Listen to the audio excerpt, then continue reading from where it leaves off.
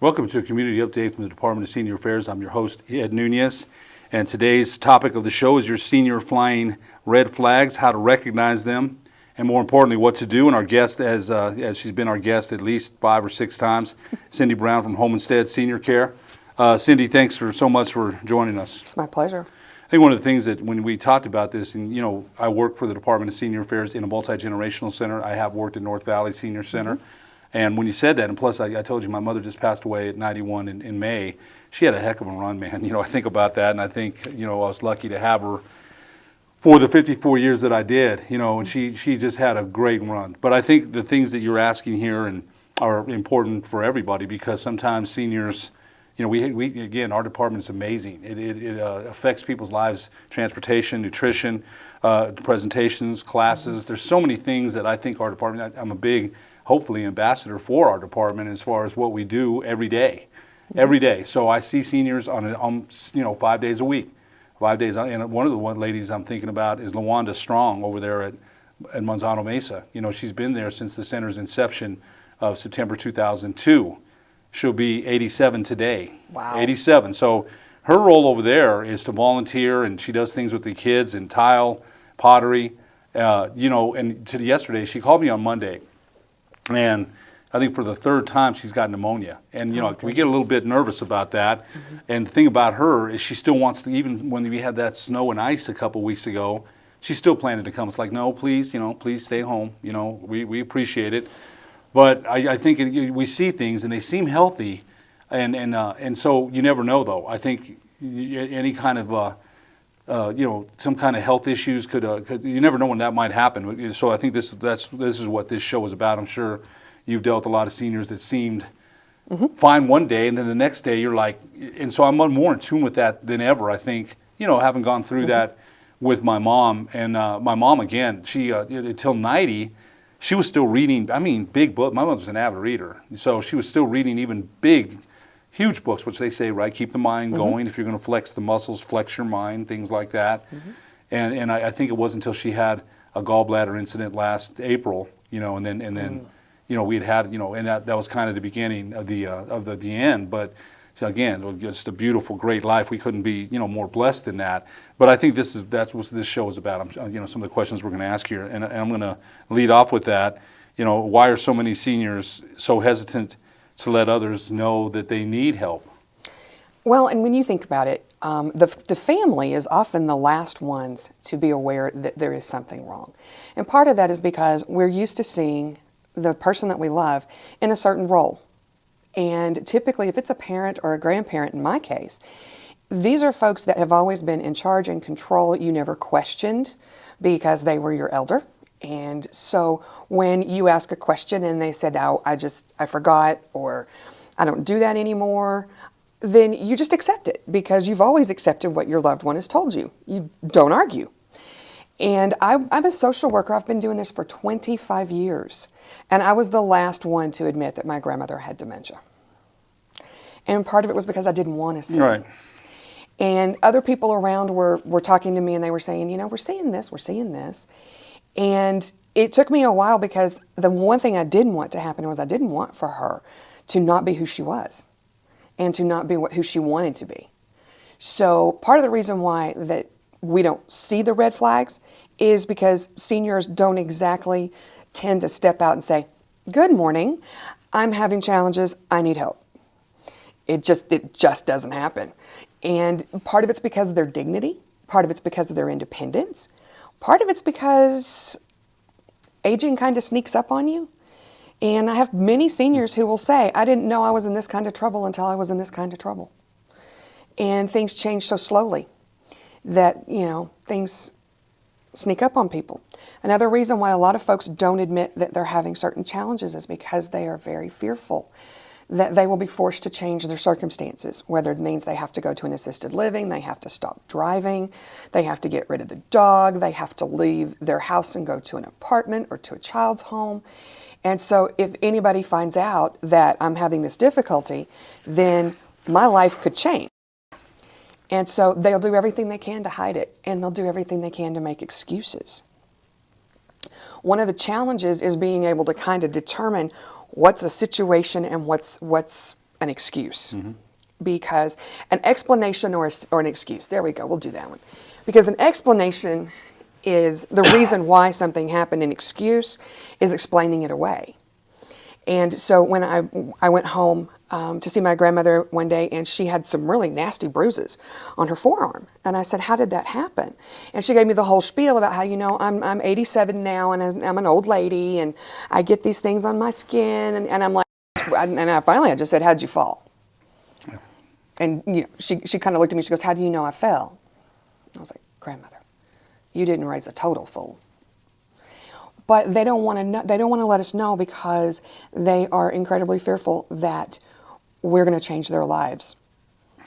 And can you imagine giving up your car keys? Have you thought about that? No, no. No, but I know what you're coming from with that. And I think I already told my son, I said, son, this is, 5 years ago, when I was 49. I said, son, if you see me when I get older, if I make it that far, because let's face it, there's no guarantee about that. True. For anyone. True. I said that to my son, hey, do what you got to do, son. Do what you have to do. Your mom and I, and this is, for later years down the road.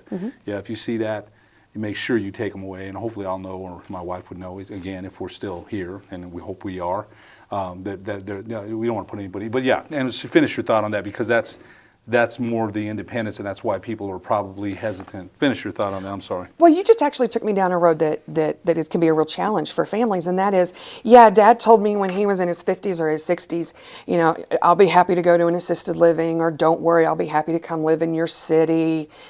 And when you're making those kind of statements, you're 49 or you're 55 or you're 60, it's not right smack dab in front of you.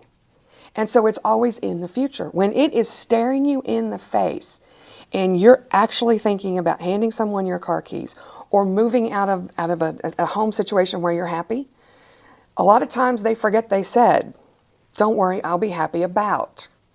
Because when the situation presents itself, you never know exactly how somebody's going to feel. The other thing that can happen is if you are, quote, in your right mind, when your son decides it's time to take your car keys away, you're probably going to be fairly cooperative. You're an easy kind of going guy. But what if, because of dementia, you are in a place where it's an early stage dementia, so you're not incapacitated, but your ability to judge risk and benefit, your ability to anticipate consequences, and your judgment doesn't tell you, you know what, this kid's right. I do need to stop driving. Interesting. A lot of different factors could come into play. Well, and it does. And seniors are also very, very good about using the aging excuse. My grandmother would just have soon, chopped off her left leg, then missed church. And she started kind of gradually backing out of going to church. She was the church secretary for 55 years. So she was used to being in her pew. So when I asked her, grandmother, you don't seem to be going to church quite as much as you were. And she says, well, it's cold. Okay, that made kind of sense to me because she had gotten to the point where she was constantly cold, always complaining how cold she was, could never get warm. And I'm thinking, this is an old 100-year-old church. It's drafty. She probably is cold. So come summer, she still didn't go back to church. So I said, grandmother, why aren't you going back to church now that it's warm? And she says, oh, honey, I just don't hear the way I did. So there was always an excuse for everything. Then her last excuse was, all of my friends have passed away, which wasn't untrue by any means. But the real reason why she quit going to church was because she couldn't keep up. She couldn't understand everything that was happening and everything that was being said. And in that kind of precarious place where she was, it made her very, very uncomfortable. And I was too blinded by love to see it. It took a friend of mine who's never met her, who doesn't know her from Adam. Cindy, you know what's happening, right? And I'm like, no, no. And she had to lay it out for me because as children and grandchildren and spouses and siblings, we have decades of history with that person. And when that person changes so much, or they change really gradually, we don't want to admit it, we don't want to see it.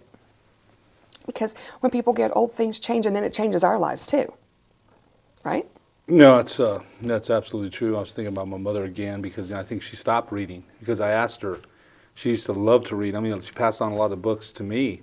And when she stopped reading, I would ask her, and she'd say, I can't comprehend the way I used to. So that makes sense what you're telling me about your grandmother. It wasn't the same for her anymore. Exactly, and it didn't. It scared me. It did. It disappointed me. But what you know what I mean? It made sense. Right. I mean, it did scare me. It did, because this is a lady that loved to read. Just, I would tell you, I'm a big sports guy, but she would make me laugh. She said in high school, they would pick her on teams, and they would put her out and whatever, right as further away as they could from the action as they could. The ball would roll right past her. They'd be yelling at her. She'd be engrossed in the book. She never even looked up. So I have a lot of great memories of her. And so I think you're right again about the changing conditions that nobody has any control over. And you're right about the emotional attachment. People don't. You didn't want to see that with your grandmother. I didn't want to see that with my mom. It took somebody with a fresh pair of eyes to tell you what was going on. And it had to be someone who did not know her as a different person. They only knew her as an old person. And they'd never met her, but they'd been hearing the stories for 5 years. And so this wasn't the person who disciplined them. This wasn't the person who, cuddled them when they were sick. This was some old lady that they heard stories about and realized something changed over the last 5 years. Because when we think about it, the signs are there. And we don't pay attention to them because we can explain them away so easily. When I look back, one of the big things that I missed was the change in her refrigerator. Because this is a woman who, even after she was widowed and we were all away from home and only coming home like on weekends and whatnot, her refrigerator looked like she was planning for a small third world country. It was packed. And gradually, less and less food, and not just less and less food, but less variety. It got down to every time when she went to the grocery store, she was buying the baked beans, the potato salad, the macaroni salad, and the ham. And it took me a long time to realize that that was really all she was buying. That was all she was eating. She would eat her cereal. She got very regimented about what she would purchase and what she would keep in the refrigerator. And her refrigerator started to echo, because she wasn't eating a variety of things, because the difficulty for her was mainly cognitively putting a meal together. But physically, she was just exhausted. And so it was just easier to stick her hand in the refrigerator and get something she knew and anticipated what it was going to eat, what it was going to taste like when she ate it. And she didn't have to think about what she was going to eat. And it took us forever to catch on to that. Big time. The way she started dressing was another sign that we missed. She was she was one of those ladies that she didn't go to the mailbox without her lipstick on, and she worried about me because I never remembered to put it on. And we started noticing that she wasn't wearing as much jewelry. And she always had the earbobs that matched the outfit and the beads and everything. She was a very proper lady. And so she didn't go anywhere unless she was all matched up. Well, the first thing we noticed was that the jewelry started dropping off. And I asked her one time, I said, "Did you not like that bracelet that I got you for Christmas?" "Oh, honey, I love that bracelet that you got me for Christmas. But, now that my skin is so thin, and sometimes it's just heavy." Okay, that kind of made some sense. So I didn't think too much about it. Then we started seeing her in the same outfits. And it wasn't that she wore the same outfit every single day, but this is a woman who we typically didn't see her in the same thing twice in 1 year. And all of a sudden, we can tell you what she's going to wear when we take her out for supper, because she wears the same thing. Because that's cognitively where she was. That was what she felt comfortable. Yeah. Oh, so you know what? I think you've done a good job of laying out, about why they're hesitant and what should be looked for. Because again, there's going to be people that watch that and think the same thing. My grandfather, my dad, whoever seems fine, and they do. But it might be a small little thing, that they didn't see. They don't want to see. Nobody wants to see that. They don't, because it changes your life. Again, my mother used to say, I'm sorry I keep bringing her up, but just the memories. She would say, "Well, it's time for me to go," she would say, and I'd have to tell her, "Look, Mom, I got to tell you this, that my brother, my sister and my brother, we're not sitting around calling each other and saying, 'Hey, did it happen? Are you ready?' We're not doing that. So when it happens, it'll happen." So any kind of change like that, I think with loved ones is very, very difficult no matter what. Again, I knew she was going to pass away, boy, it still stinks. But again, I had it for 54 years. That's a long time. So I was very fortunate in that. But I think just thinking about some of the changes in my mother, maybe I didn't see, and I think we did. I don't think that, we saw her 3-4 times a week, and my brother saw her, so I think we did see that. Maybe there's some things we ignored, not on purpose, but, just because we didn't want to see it. Maybe explained away some things. No, it does. And I think one of the things that's more important is that you're right. Somebody could be okay cognitively, mentally, physically, and then boom, one thing could just all of a sudden turn around and turn it. And again, we're all going somewhere sometime. All of us. We're not immortal. None of us are. I mean, back in the day, Adam lived till 830, Noah till 700 years. So it's hard to wrap your mind around that. But we're all human, and that the human part of that is, as we age, you're right. Sometimes it happens gracefully, thank God. Sometimes all of a sudden one situation can really just creates crisis. Right. Well, you made a really interesting comment when we were talking earlier this morning about, being around the seniors, and with the multi-generational center, you've got all ages. Yes. And you see seniors that because you see them 5 days a week. And you made the comment that the changes could be occurring for different reasons: isolation, depression, mental issues, physical issues, medical issues, financial issues. So you think about, if we ask those questions to our own self, is she really changing, or is it just that she's slowing down? Because it can be so many things. And as a loved one, it's even harder to pinpoint what's really happening. And it's not like that your senior's going to, sometimes they will. Sometimes, don't get me wrong, there's plenty of people that will tell you. But so often we think it's stubbornness that they won't tell us what's happening or what's going wrong, when really and truly it's fear. And sometimes it's a lack of awareness that they're struggling with that issue. Kind of like she was always very, very private about her money. Very private about her money. And most of us are. That's just, I don't want my husband to know how much money I make. Just kidding. Just kidding. But we're very private about that. It's not something that we talk about. And so going to her and saying, "Grandmother, I am your only grandchild, and Daddy is your only child. And so we think that it would be really important if you would tell us where your money is, and if you would put, one of us on an account so that we could help if something happened." And the woman thought I was absolutely out of my tree. And in reality, she was 87 years old and she was beginning to dement. So going to her and talking to her about her money was totally foreign to her. She started to get really upset, and finally, because I felt bad about upsetting her. But finally what I said was, I just worry that if you were to get sick and your bills were due, that Daddy can't write your checks. And she was a little more willing, because, this is a generation, these folks pay their bills, and they don't want to owe anybody. Right. They are very strong sense of responsibility.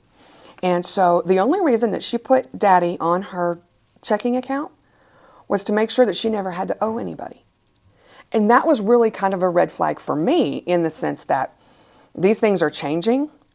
And I started looking at other things. That was when I started looking in the refrigerator, in the medicine cabinet. And the other place that was a dead giveaway was in her bathroom closet, where she kept the tissue and the Kleenexes and her toothpaste and all of that stuff. Because she went from having a couple of extra, like most of us do, to tons of extra. Because every time she would go to the store, she would say, "Oh, you know what? This is a good price on toothpaste. She forgot. Never mind, I've got 40 tubes in the cabinet." Right. So when she started doing that kind of stuff, it became a real issue, because we were really concerned.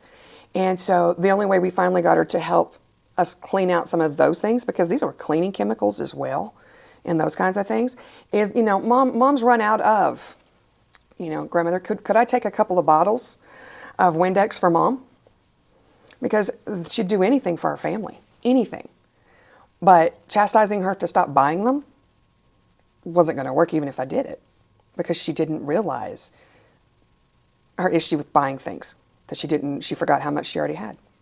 I think one of the things too is that they call Alzheimer's or dementia the long goodbye, and I've done a couple shows on that, and that is heartbreaking. That's heartbreaking because you might get bits and pieces of what that person used to be, and the other is somebody you don't recognize at all, and you have to mesh it all together because it hurts. It hurts people. Just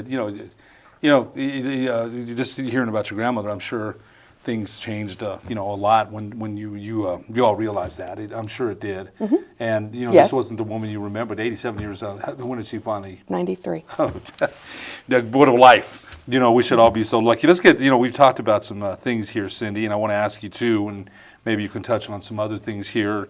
What are some signs that a loved one might see that indicate a senior is beginning to struggle? We've talked about a few, but do you have any others besides? Well, one thing that is, if you see any little scrapes or dents on the car, if you see the car starting to have some unusual kind of maintenance issues, like that the oil may not be being changed, if they run out of gas and have to call you, I'm down here on Manal and I ran out of gas. Those are things that are pretty easily explained away, but they're very, very loud signals that something has changed. When you see weight changing, when people suddenly start either losing weight or gaining a lot of weight. We have a client who her weight was very, very steady for the last 4 years. And in a 6-month period, she gained 30 pounds. And the question was, well, what happened? So when we started looking back through our notes and looking back through the services we had provided for her, it took us that long to figure out that the dear lady was depressed. And she had started changing her eating habits, and we just started changing our shopping habits for her and with her. And the realization that we finally came to was she was depressed. And the reason she was depressed, when we finally boiled it down with her, was that she is losing her vision. And worse than that, in her mind, she knows her cognition is changing. And she's terrified of where she's going to go. But she couldn't articulate that until we started asking those questions. So a weight gain or a weight loss, because that certainly could indicate something medical, but it also indicates a difference in interest, a difference in how a person spends their time. Because she said, when I'm eating ice cream and cookies, I don't have to think about anything except how tasty this ice cream and cookies are. And I was like, Took her out of her. Makes sense. Right, took her out of her depression. A momentary a sugar high, relief. whatever they got. That endorphin release. Exactly. That makes a lot of sense. Plus, probably had nobody, coming to see her. Nobody was monitoring that situation, family or anything. And let's be real, not everybody has that, right? There's a lot of seniors. I mentioned isolation, boredom. So so there is a lot of seniors that are isolated and don't have anybody that checks on them on a daily basis. Well, and Let's some things we remember that. miss. For instance, if your if that senior's pet changes their behavior dramatically, or gains a lot of weight or loses a lot of weight, that's another sign that this person is not able to manage the care of that pet the way they once did. And it's stuff that doesn't stand up and scream, "Hey, I got a problem here," because as a doggy gets older, maybe that doggy gets a little fatter. So you don't think too much about it, but when you realize that in realization, that dog's not getting any exercise anymore because mom doesn't take her out anymore, because mom isn't feeling confident taking her out, either because she's afraid she'll fall. Interesting, yeah. And that's another issue too, of balance issues. Balance issues as people get older are another, I mentioned isolation, boredom, financial, but balance and just even walking across the street or, down the street sometimes can be.